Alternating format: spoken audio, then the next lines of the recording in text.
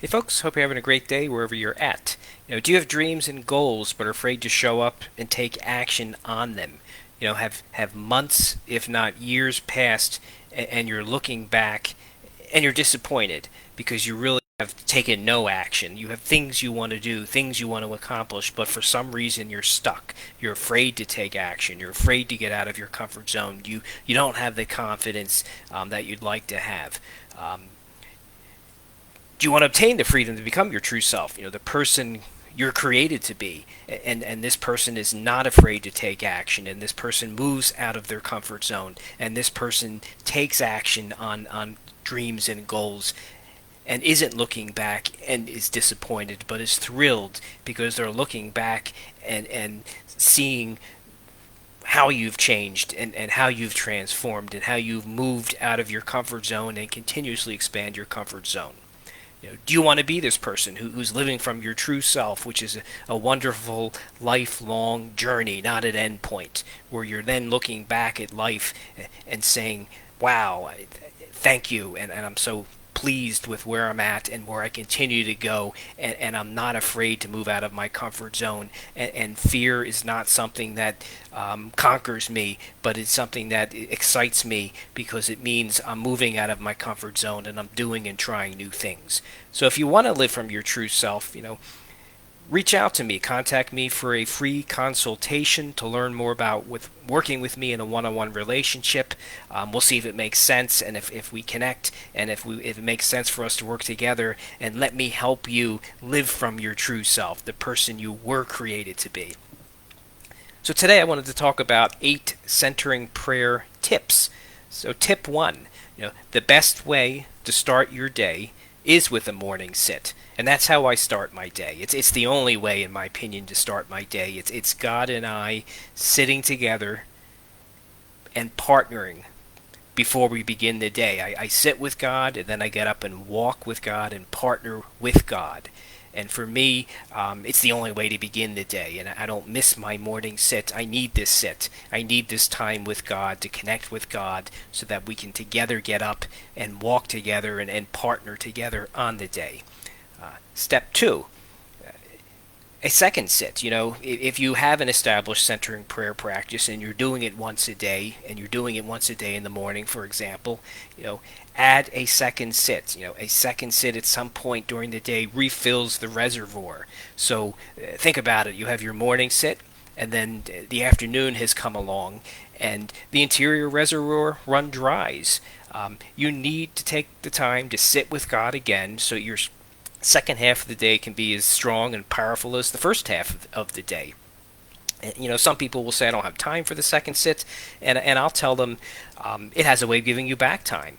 And I'm always amazed. I take my second sits in the early to late afternoon, and then at the end of the day, when I look back, I'm pleasantly surprised at how productive the second half of the day was. And it was because I took the time for this second sit. And no matter how busy I am, I took the time for the second sit. I needed this sit. I needed to sit with God again, reset, and reconnect with God, and then get up and partner with God so that my second half of the day can be just as good and strong as the first half of the day was.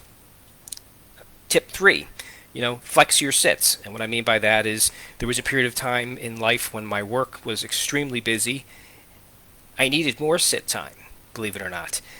So what I did was I added a third sit, but I shortened each sit. So the first sit in the morning was 13 minutes, the second sit in the early afternoon was 13 minutes, and then about 2 to 3 hours after that second sit, I had a third sit. And I needed these sits. I needed to partner closer with God to help me get through this hectic time. And it worked.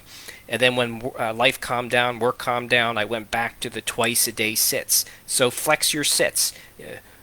Add a third sit if you need.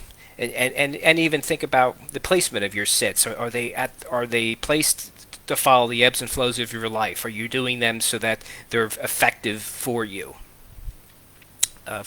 Fourth tip, if you miss a sit, don't beat yourself up.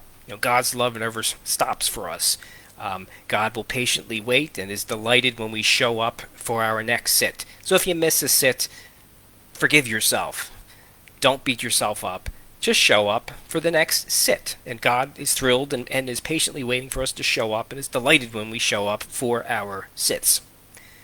Tip 5, bookends. Now, obviously, the most important thing is to do your silent prayer practice, but it's nice to put some structure around your practice. So, something you do before your sit and something you do after your sit. And you'll figure out what that is for you. It's nice to have a routine. For me, I read, I'm a big believer in affirmation, so I read single sentence statements to God, and these are goals in different areas of my life: personal, mental, physical, work. That kind of stuff, and I read them to God, and then I let them go, and I let them brew with God during my centering prayer sit. Then I do my centering prayer sit, and at the tail end, my bookend at the tail end of my sit is I simply read from a book that I'm currently reading from for 5 or 10 minutes. Then I get up and begin my day, or if it's my second sit, resume my day. So it's sometimes fun to put a routine and structure around your sit. But again, the most important thing is to do the silent sit, not necessarily the bookends.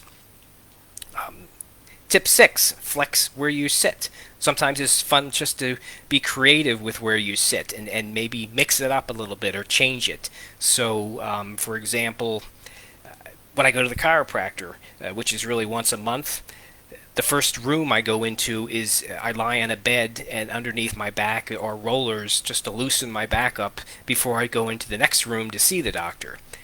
Well, I do a centering prayer sit in that room. So that's one example of flexing where you sit. Or if you arrive early for a meeting and you have time, and you're in your car, for example, and you have time, do a centering prayer sit in the parking lot, or do it in a park, or when you're on vacation. You can do it on a plane, you can do it on a train, you can do it at a pool. So be flexible with where you sit. It's nice to sometimes do sits in a different place than where you normally do them.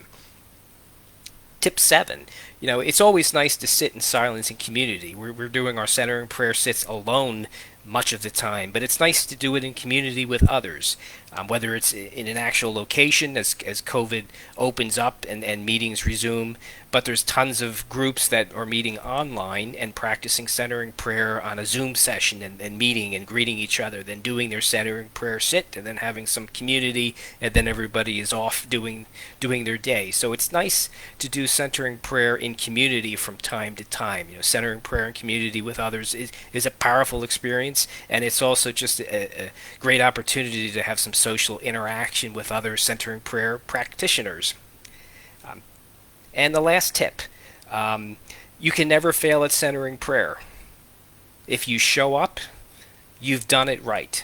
I mean that's the bottom line, is you can't fail at centering prayer. The only way to fail is if you don't show up. And it doesn't mean you're a failure, but if you show up, and with the use of your sacred word, keep returning to God when you're engaging your thoughts, you're doing it right. If you show up, you're doing it right. You can't fail at centering prayer. You can't fail at sitting with God. So there you have it. There's 8 centering prayer tips. I hope you found this helpful. If you have any questions or comments, place them below. Otherwise, I hope you have a great rest of the day or night wherever you're at. Much love to all of you. Take care.